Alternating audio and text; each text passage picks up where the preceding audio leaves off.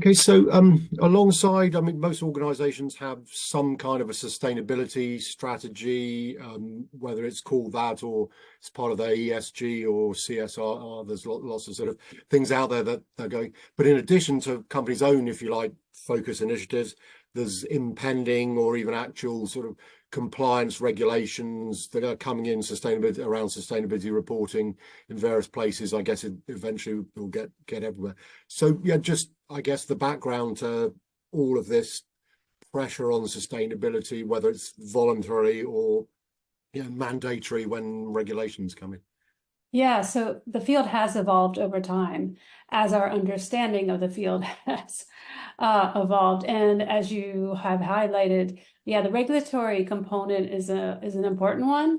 So at first, if we go back in time, I think it was much more maybe with water quality, and then it was air quality, then climate came into the picture, and now the importance of biodiversity and ecosystem services is another component. And where I'm sitting in France, regulation has been a big driver. And so, for example, we are a French startup that we have about 300 people around the globe. But our headquarters are in Paris, so we're governed by French European law. And there, well, as a startup, we have investors that are very interested in our ESG reporting that we do every year. And then in addition to that, we have ESG reporting that we do to the French government. And also now, as of January 1st, 2025, we'll be covered by CSRD, the Corporate Sustainability Reporting Directive coming out of the EU. And for larger companies, that reporting standard went into effect as of January 1st of this year. And slowly that'll be phased into larger companies doing business in Europe. It'll be phased in for the size of your European countries, and then other companies doing business in Europe. Okay, and for I mean, there's clearly lots of different aspects to sustainability, but for purposes of our conversation today, we're sort of looking at the data center side of things to a certain extent. And I guess that it would seem obvious to say that green data centers can help folks meet these, as we discussed, whether it's the voluntary objectives or increasing the regulations requiring. So yeah, just your thoughts as to how important a green data center is when it comes to achieving these objectives. Yeah, so that's a really interesting question, and that's where most people start. We were just talking about some of the ESG regulations, and usually for the environmental component, it turns around these carbon audits. And what we've been working on is really quantifying carbon audits all the way down to the project level of a program in the cloud.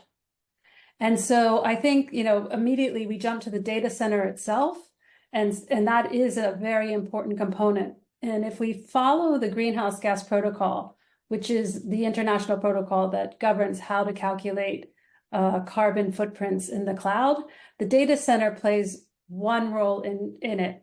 And so when we're thinking about greener data centers, because they're always going to be emitting some carbon, we think about the power usage efficiency or the water usage efficiency, which is, a measure of how well they're using electricity or water.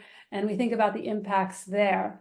And clearly, there's the electricity that's used for operations, and there's also emissions that come from the construction of the data center, the running of the data center, the components themselves, the life cycle analysis of the servers used in the data center, and even the air conditioning.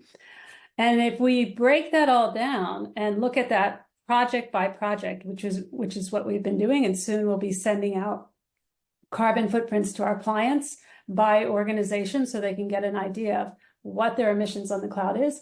What we're finding is actually a very big component to this is where the data center is geolocated. And in fact, because that can vary by a factor of 15, when I say vary by a factor of 15, so the carbon intensity of the electricity that runs that data center can vary, for example, in Europe by a factor of 15, the choice of which data center you choose can make the biggest impact in terms of defining the greenest of those data centers.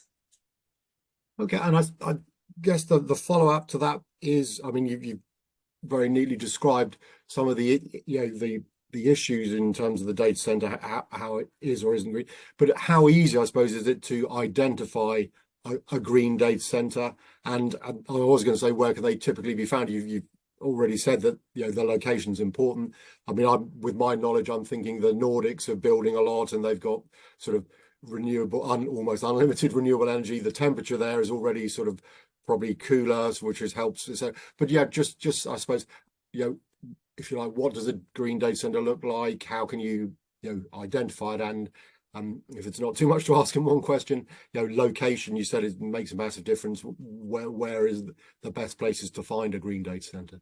Yeah, so this gives you an idea. So on this graph, this shows the carbon intensity of the underlying electricity grid. Everything that's in green is considered a greener data center. So they're the ones that are using low carbon electricity sources.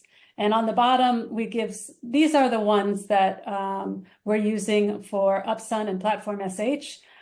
Some of the big data centers, AWS, that's Amazon, GCP and Azure. These are the ones that we're using. And you can see that the greener data centers are those that, as you said, in the Nordics, they're using a lot of hydro. They actually have a mix of different ones.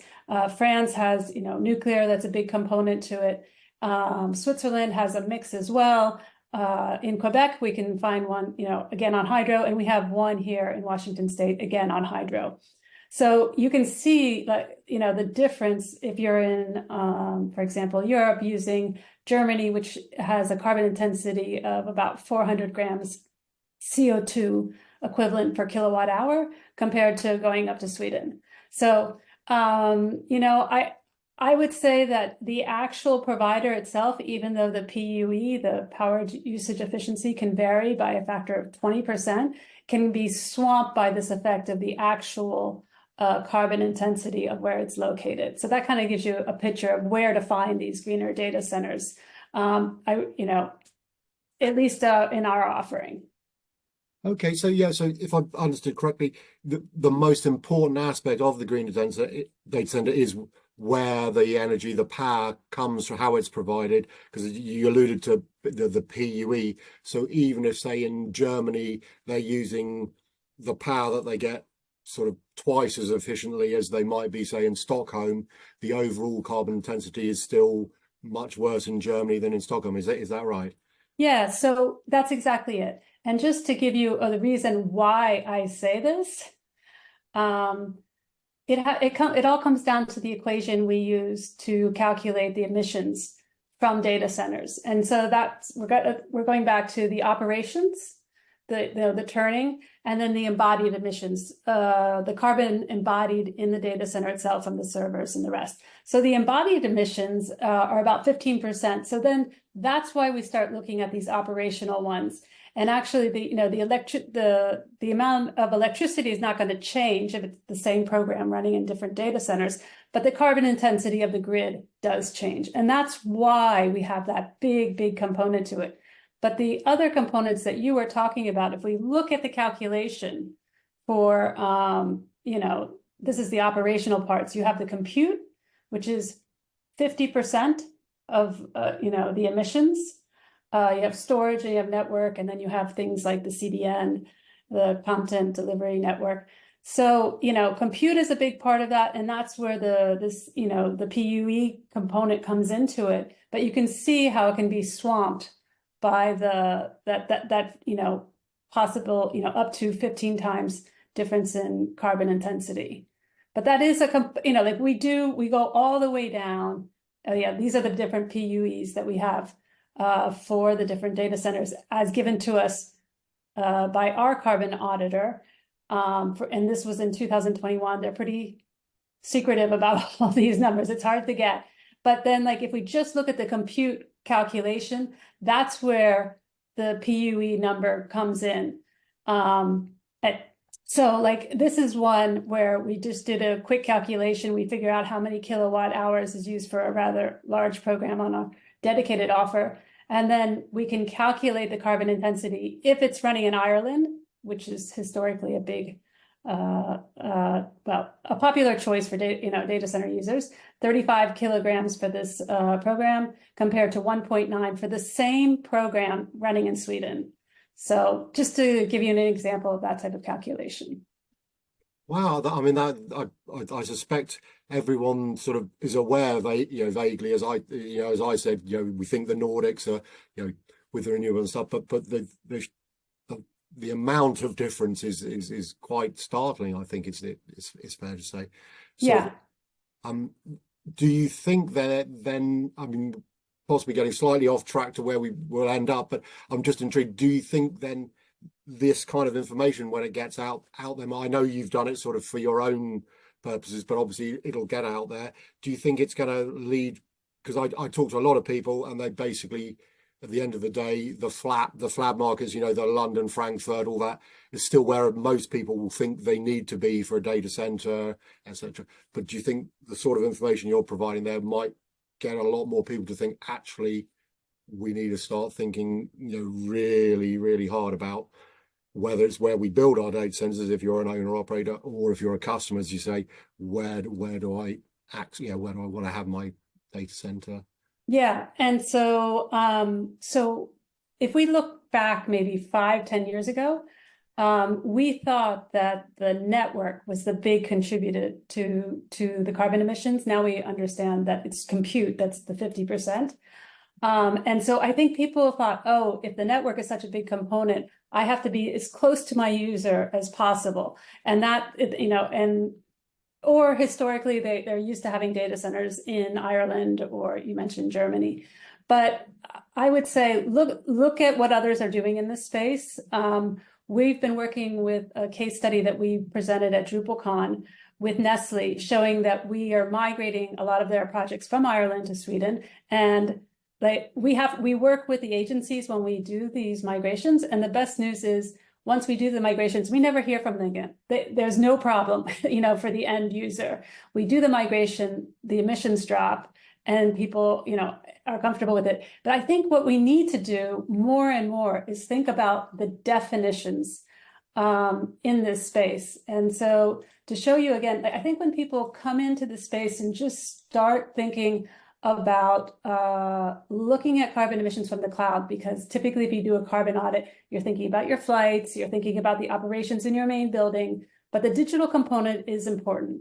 And so when people come to this subject, they usually think, oh, maybe I can use a website calculator, and I think that's the first step into this journey. But just to be clear, this does not follow the carbon auditing rules that are laid out as part of a carbon audit. Then they might say, well, I deploy directly on AWS and they have a dashboard. And in fact, this also does not respond to your carbon audit needs. So then, people in the digital space, if they're savvy, they'll look at an open source type of approach, such as cloud carbon footprint. And this is pretty good for, do it yourself, getting into the space. They have this idea that carbon intensities of the underlying grid is important. Maybe they don't update those numbers as much as, the type of auditors that we're working with, but it's a good first step in, because it is, at least it follows the rules of the greenhouse gas protocol for scope 3 in the cloud. And everyone's cloud emissions are scope 3, unless you own your own data center or you're using on premises. So that's good. But then if you go to an accredited auditor, then you're going to have a lot more information about all the different components, really a better understanding of network, the CDN, all of these other components that we brought in. So I think as we start to educate people more in this space, as people become, more and more curious about what are the rules, and, I think regulation will be a big driver here. We'll see people start looking at this, start to look at what others have done to reduce their emissions in this space, and then start thinking about these migrations. And you can see that, that there are offers out there, such as GCP has Active Assist, which allows you to go to a greener data center. So people are aware of this, but I don't want to say that that's the only solution. For example, to me, what it would be even better is if Ireland and Germany's underlying grid, intensity went down very quickly because there's so much embodied emissions in the data centers themselves. Right. So that could be a win-win for everyone as well. But we just have to become aware of the issue first. Yeah, and in terms of the sort of being proactive about it, organizations to meet sustainability, I guess data localization and compliance is sort of not unrelated. Just thoughts as to what people can do with that, and then we'll come on to what it is yourselves are doing to help people with those things. Yeah. So this seems like something very small, and but it's something like you could do today. So for example, when you start up a program, you're deploying somewhere, you're picking your data center, the next thing you need to deploy, why not deploy it to a low carbon data center? Like that's easy to do, right? I mean, usually it's a drop-down menu and you can just choose. And if you're not sure which one to use and you're just really starting in this field, let's see, I have this. So we provide that type of information for all of the projects on Upsun and Platform.sh. But there's this website, Electricity Maps, and it's kind of addicting to go to this webpage. It shows in real time, this is just a snapshot, the carbon intensity of the underlying electricity grid, and you can see flows in and flows out. And if you know where your data center is, it gives you an idea. So already going to that, and we have a blog post on why we use this website for our carbon intensities. You just need the annual averages if you're going to be deploying something that's going to be up for like a year or more. And this will give you a great first step of where to start. And it's a free website, and their data has now become free as well. Okay, and in terms of yourselves as an organization, be good to understand. I know you've done something specific, which again we'll touch on in a minute, but in general terms, what is it that you do to help customers with some of the challenges and opportunities as well that we've just discussed? Yeah, so when we start to talk with our clients, we talk about a mode strategy, and we consider this to be a shared responsibility model where the provider, we are a multi-cloud, hosting solution. But also our clients need to be part of this journey as well. And what we talk to them about is measuring, optimizing, deploying, and then educating. And in terms of measuring, all of our carbon audits we do with our carbon auditor, and they're public. This past year, we've just finished our 2023 audit, and we've earned the gold medal for all of our efforts in here. And what we see here is actually a 6% absolute reduction in carbon emissions compared to our last year. And we break it down, as I said, into the different services. And now we'll be sending out carbon footprints to our clients as well. And so also when you're thinking of this just generally as a client, typically you have two big choices. Like, are you going to deploy yourself directly onto a standard, web hosting platform such as AWS?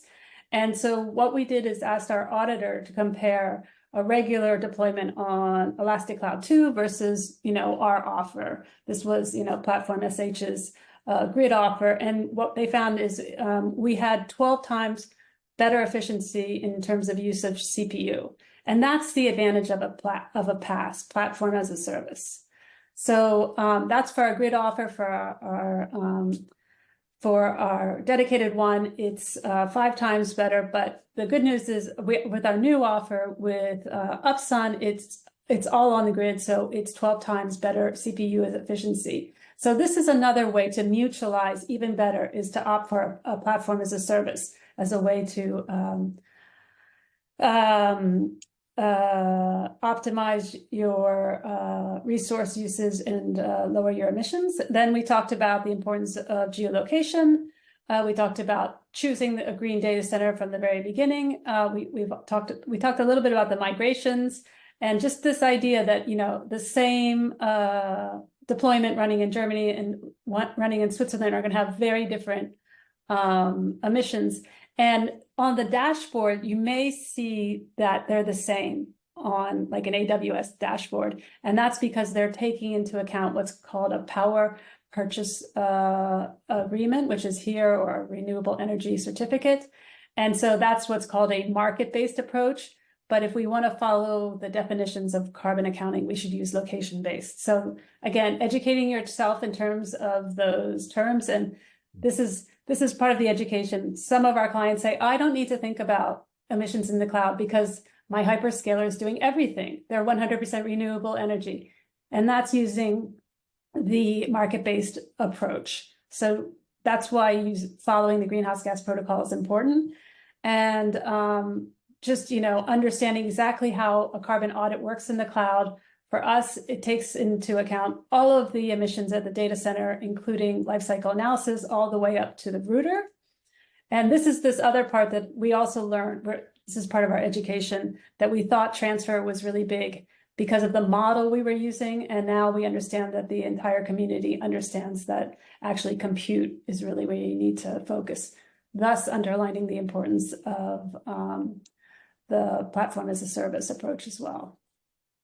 Yeah, and I know I'm sort of adding to this story in terms of, you've referenced the Upsum platform as a service a couple of times, but you're now actually offering a greener, I think, greener region discount to people for this. So yeah, just what does that mean in practice?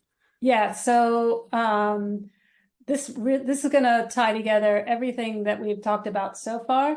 So indeed, when clients come to Upsun, and this is just on the Upsun component, there's a 3% discount on resources. And how do we offer that? That's for these data centers that are running on the low carbon intensity grids. So those are the ones you saw in green. And so how do we define a greener data center? So it should be running on less than 100 grams CO2 equivalent per kilowatt hour. And just in terms of, in terms of how often you update that, the picture. So is it, clearly you wouldn't expect it to be live, but how often do you go back and look at data centers or regions, etc., just to check that your info is still accurate, or if someone's made a significant improvement, that's reflected? Just how does that work? So that was what I mentioned before about typically what we found is our clients stay for a year or more. So we use annual averages, and we do that as soon as they're available on electricity maps. Then we put out a blog post saying we've updated our carbon intensities based on the data of this third party. Okay, and I suppose just to sort of finish up, what would be, so for an end user, because you sort of hinted, when maybe don't want to say it, but if it's not greenwashing, there are certain ways of phrasing how sustainable your data center may or may not be. So what would be the key sort of questions for a potential customer to ask, or any site, or if they actually get to look at a data, are there any sort of key giveaways as to whether the people are kind of, they're backing up what they're saying in actual actions, or whether you need to be a bit skeptical as to whether they're actually as renewable or sustainable when it comes to energy as they're suggesting? Yeah, so that's a great question. So in Europe, there have been a series of greenwashing laws that have come into effect this year. And so all claims need to be backed up with data. So whatever claim a provider or is making, you can ask them, well, where are the data to support the claim that you're making? And that's a good place to start.